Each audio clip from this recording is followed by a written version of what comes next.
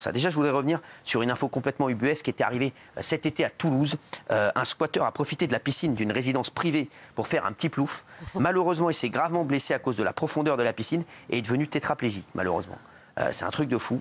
Mais l'affaire ne s'est pas arrêtée là puisque l'homme aurait porté plainte contre les propriétaires qui auraient été retenus coupables pour négligence. C'est une histoire complètement folle, Gilles Verdez. Alors, il y a deux choses. D'abord, c'est vrai que quand vous êtes propriétaire d'un lieu, même s'il est squatté, vous êtes responsable de l'état du lieu. On devient fou. Déjà, c'est la loi. On devient fou. Donc la loi change alors. Donc la loi change. Il va avoir du travail, le nouveau garde des Sceaux. Certainement. C'est-à-dire que vous êtes responsable de l'état de ruine qui peut être causé par le manque d'entretien. Alors que tu ne peux pas rentrer chez toi. Exactement. Et que si vous rentrez par la force, vous allez être doublement condamné. Voilà. Donc ça, c'est le truc le plus hallucinant. Après, sur cette histoire, Cyril, il y a eu deux versions. Et aujourd'hui, il y a une nouvelle version qui émerge. C'est la version de la victime qui est tétraplégique, qui aurait en fait accompagné un des locataires qui, lui, aurait eu les clés du domaine. Et il serait tombé à l'eau. Et il aurait plutôt, via son avocat, envoyé une lettre pour obtenir un dédommagement au civil qu'attaquer au pénal les responsables de la propriété. Voilà. Il y a deux versions aujourd'hui là-dessus. Mais c'est vrai que quand on s'introduit illégalement quelque part, si on se blesse, c'est le propriétaire qui peut être condamné. C'est incroyable. Un cambrioleur en situation irrégulière. Alors, je vais vous raconter cette histoire. Un étranger de 29 ans, cambrioleur récidiviste, était convoqué au tribunal de Dunkerque pour assister à son procès pour un de ses méfaits. Il n'est pas venu. Vous savez pourquoi il n'est pas venu ? Parce qu'il avait rendez-vous. Il avait un rendez-vous administratif à la sous-préfecture dans le cadre d'une régularisation de sa situation. Non, mais c'est pas incroyable. Il n'est pas allé au tribunal parce qu'il a été jugé pour un vol, mais il était en train de se faire régulariser. Non mais Gilles Verdez, vous comprenez ça ? Ah bah là, l'histoire est totalement surréaliste. Condamné 14 fois par la justice. 14 fois, 14 fois. Donc il a 14 mentions à son casier judiciaire. Et son avocate donc, est à l'audience et le tribunal dit mais il n'est pas là. Non, parce qu'il est pour un rendez-vous très important afin de prendre des empreintes, vous l'avez dit, dans le cadre d'une démarche de régularisation. Alors j'ai regardé, vous pouvez avoir plusieurs condamnations. Ça n'empêchera pas, Cyril, aujourd'hui, telle qu'est la loi, d'être régularisé. Tout dépend du motif de vos condamnations.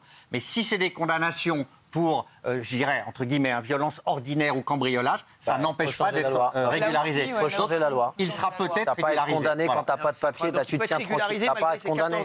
C'est n'importe quoi. Si les condamnations ne sont pas pour des faits très graves, ça n'empêche pas. Il n'y a pas de lien entre une condamnation et il n'y a pas de lien systématique entre des condamnations et une régularisation ou non. Bien sûr que si. Il y a des normalement, il devrait. Toi, tu parles de loi une fois de plus, mais il devrait y avoir des liens. Quelqu'un qui vient sur le sol français, qui veut être régularisé, tiens-toi tranquille, viens sur le sol français, sois exemplaire, viens travailler, viens sauver ta famille d'où tu viens, je ne sais pas d'où, peu importe. Tu ne peux pas être condamné 14 fois et rester sur le sol français. Une fois, deux fois, 5 fois. Au bout de 5 fois, tu dois partir. Tu fais que de la merde ici. Ça fait 5 fois que tu es condamné. Barre-toi. On n'a pas besoin de toi. Tu fais du tort à tous ceux qui restent là et qui veulent rentrer pour travailler. Comme Hakim tout à l'heure. Et comme Hakim tout à l'heure qu'on a vu. Et tu as plein de gens comme ça. Et c'est là qu'on fait l'amalgame en disant plus d'étrangers dehors. Parce que tu as des mecs qui sont condamnés 14 fois. Alors au bout de la 27e, on va lui dire c'est bon. Tu es condamné 27 fois. Allez, je te donne la nationalité. C'est bon. Tu l'as mérité. Non mais on est fous là, on est chez les fous. Raymond, 13 fois à du ferme. Ah oui. Donc 11 fois pour vol aggravé. Est-ce que vous vous rendez compte, si vous nous rejoignez à 20h50, le mec il avait son rendez-vous au tribunal pour être jugé et il était en train de se faire régulariser de l'autre côté. Il avait un rendez-vous pour une régularisation. Non mais quand on vous dit qu'on marche sur la tête dans ce pays, les gens, je les vois, les gens rigolent.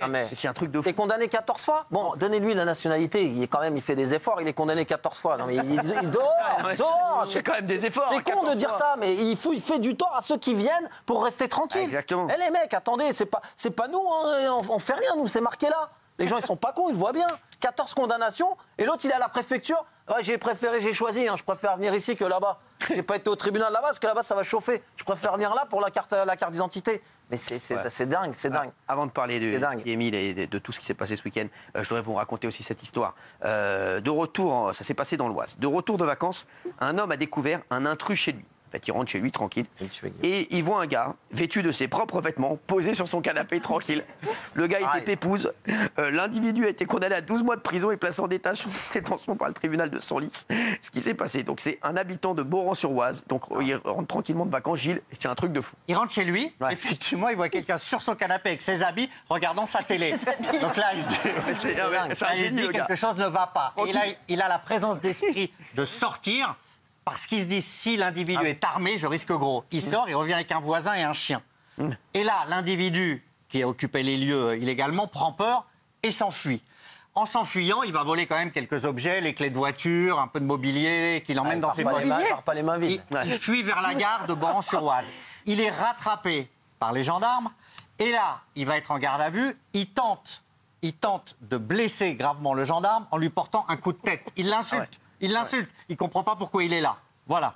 Il arrive en détention provisoire. Il frappe en tentant d'étrangler un surveillant de la pénitentiaire. Il va au tribunal. Il va au tribunal et il dit mais je sais pas pourquoi je suis là. Je suis suicidaire, je suis cardiaque. Oui, j'ai eu un enfant, mais je sais plus avec qui. Il tente de jouer le gars totalement illuminé. Et là, le tribunal parfois. Alors, lors de son transfert pour l'expertise, il a frappé et tenté d'étrangler le surveillant. Absolument, il a voulu étrangler le surveillant de la pénitentiaire. Donc, il est chez quelqu'un, il frappe un gendarme gravement, coup de tête. Il tente de surveiller, il tente d'étrangler un surveillant. Donc il est condamné à 12 mois de prison, placé en détention, voilà. Et on s'aperçoit qu'il a déjà 12 condamnations. Et il venait de faire la même chose quelques semaines avant dans les Yvelines. Donc voilà, c'est un multirécidiviste du squat et voilà, 12 condamnations. Alors est-ce que c'est qui Alors, il s'appelle Hassan, il a 28 ans. Voilà, il est en situation... Il fait quoi dans la vie ? Je ne sais pas, Cyril, il est en situation précaire, c'est quelqu'un de très déséquilibré. Voilà, au tribunal, ses déclarations n'avaient pas de sens. Il va passer par une expertise psychiatrique, bien entendu. Oui, absolument. Voilà. Il consomme beaucoup de stupéfiants et d'alcool. Exactement. Voilà. Il était ivre au moment des faits. Alors, le propriétaire s'est exprimé. C'est très impressionnant de rentrer de vacances et de trouver quelqu'un chez soi. Quand je l'ai vu, je suis sorti car je ne savais pas s'il était armé ou non. Je suis revenu. Voilà, j'ai gardé mon calme. Je pense qu'il était chez moi depuis plusieurs jours. Il était chez lui tranquille pendant plusieurs jours, pépouze sur le canapé. Voilà, je crois qu'il regardait les JO tranquille. Avec mon survêt du PSG. Mon survêt. Il est originaire d'Aulnay-sous-Bois. Il tourne comme ça de résidence en résidence en région. C'est incroyable. Il est 20h53. On est en direct dans un instant. Mort du petit Émile pour le procureur. La piste criminelle est encore d'actualité. On va revenir là-dessus dans un instant. Pour le moment, mort d'un employé municipal à Grenoble, tué par balle après avoir tenté d'empêcher l'auteur d'un accident de la route de s'enfuir. Alors ça, ce week-end encore, Michel, est-ce que vous pouvez nous raconter cette affaire qui nous a encore rendu fous ce week-end ? C'est une histoire incroyable, hallucinante, ahurissante. Lilian Dejean, c'est son nom, 49 ans. Il est agent municipal à la mairie de Grenoble. Il est père de 2 enfants. Il prend son service à 7h à la mairie. Il s'occupe de la voirie. Et là, il arrive juste après. Il n'est pas témoin direct, mais il y a un carton sur le boulevard Jean Pin, à Grenoble. C'est juste en face de la mairie. Et du coup, Lilian Dejean, lui, il est à bord d'un véhicule de la voirie. Il va prendre son service. Et son premier réflexe, il y a en fait une voiture bleue qui est arrivé à toute vitesse et qui a tamponné une voiture conduite par une femme d'un certain âge qui était arrêtée au feu rouge. Donc choc arrière. Les 2 voitures sont littéralement explosées. Et donc cet employé municipal va tout d'abord voir s'il peut aider. Il voit la femme qui est au volant de sa voiture exploser. Elle va à peu près bien, en tout cas elle n'est pas blessée. Et à ce moment-là, il se retourne vers le véhicule, donc l'Audi RS bleu qui a provoqué l'accident. Et là, il s'aperçoit que le conducteur de ce véhicule est en train de s'enfuir. Et donc, il va le rattraper et ils vont avoir une altercation tous les deux. Il dit, mais non, vous avez provoqué un accident, vous ne prenez pas la fuite, etc. Et à ce moment-là, l'individu a sorti une arme de poing, un 9 mm, et il a tiré 2 balles au niveau du thorax. Et Lilian Dejean, donc... Il y a eu l'hommage aujourd'hui et je peux vous dire que c'était très, très émouvant. Bien sûr. Et c'est vraiment... Et alors, le tueur a été identifié. Alors, le tueur a été identifié. La police judiciaire de Grenoble a été très rapide. Le véhicule est un véhicule de... C'est un véhicule... Oui. C'est quoi? Il est né en 1999, je crois. Il serait déjà connu des services de police. Déjà connu des services de police, prénommé Abdoul. Il y a eu des perquisitions hier, ils ont été effectivement très vite. Et il avait une voiture immatriculée en Pologne. Voilà.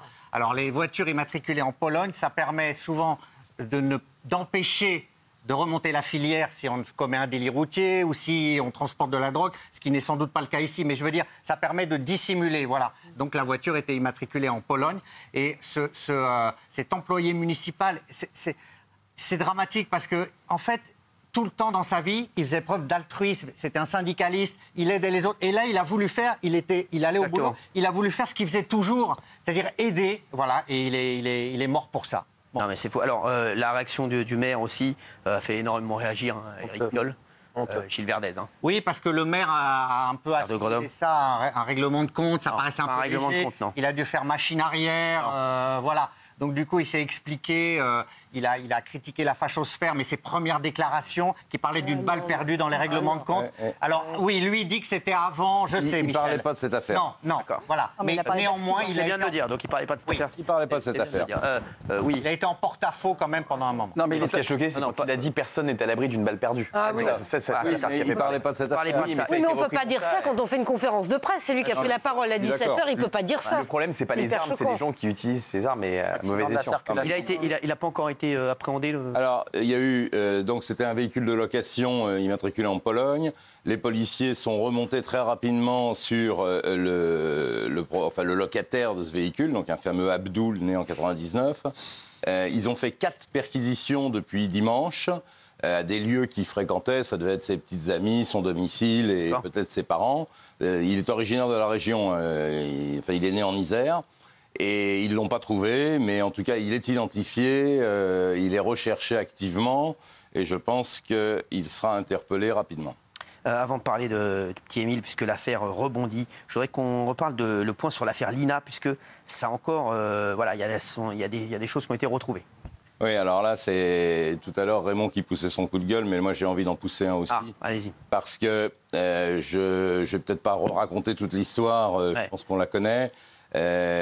Au mois de juillet, un individu donc s'est suicidé, Samuel Gonin. Il avait été identifié parce que les gendarmes, depuis la disparition de Lina en septembre 2023, étaient à la recherche d'un véhicule, une Ford Puma, immatriculé en Allemagne, qui avait été volé à Fribourg sur un parking de supermarché. Et ce véhicule était recherché par toutes les polices de France. Et il se trouve que le 6 janvier 2024, donc 4 mois après la disparition de Lina, ce véhicule est contrôlé par des motards des douanes, conduit par le fameux Samuel Gonin. Il est placé en garde à vue, le véhicule est placé à la Fourrière, et c'est le fameux véhicule que les gendarmes de Strasbourg recherchaient. Bien sûr. Et les gendarmes ont mis des mois à retrouver cette voiture qui était à la Fourrière, à Narbonne, et c'est là où c'est terrible.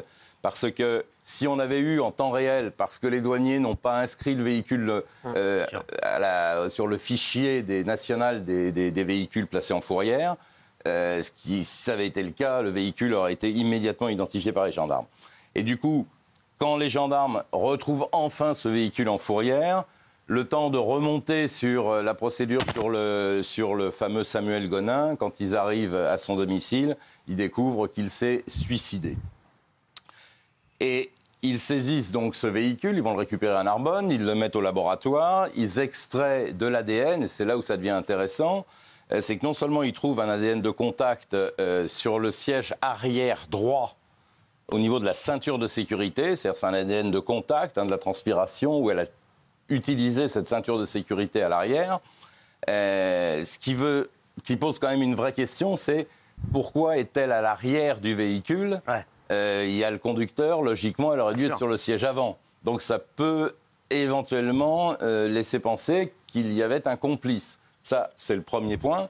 Et le deuxième point, et c'est là où je suis en colère, c'est que toutes ces erreurs qui ont été commises et qui ont retardé la découverte de ce véhicule, dans le véhicule, les gendarmes de Strasbourg ont retrouvé le sac à main de Lina. Ce qui veut dire que si en janvier, les gendarmes avaient eu cette information, c'était réglé. Ils avaient Samuel Gonin qui était au volant de cette voiture et qui aurait été gardé d'ailleurs à ce moment-là, et on saurait peut-être ce qui est arrivé à Lina. Donc cette petite erreur de ne pas inscrire le véhicule dans le fichier national, c'est vraiment la grosse bourde. On va parler maintenant, juste 2 petites secondes, j'ai vu, avant de parler du petit Émile, pour nos téléspectateurs, j'ai vu qu'il y avait la carte d'identité du meurtrier présumé de Lilian Dejean, donc l'employé municipal, qui tournait sur les réseaux sociaux.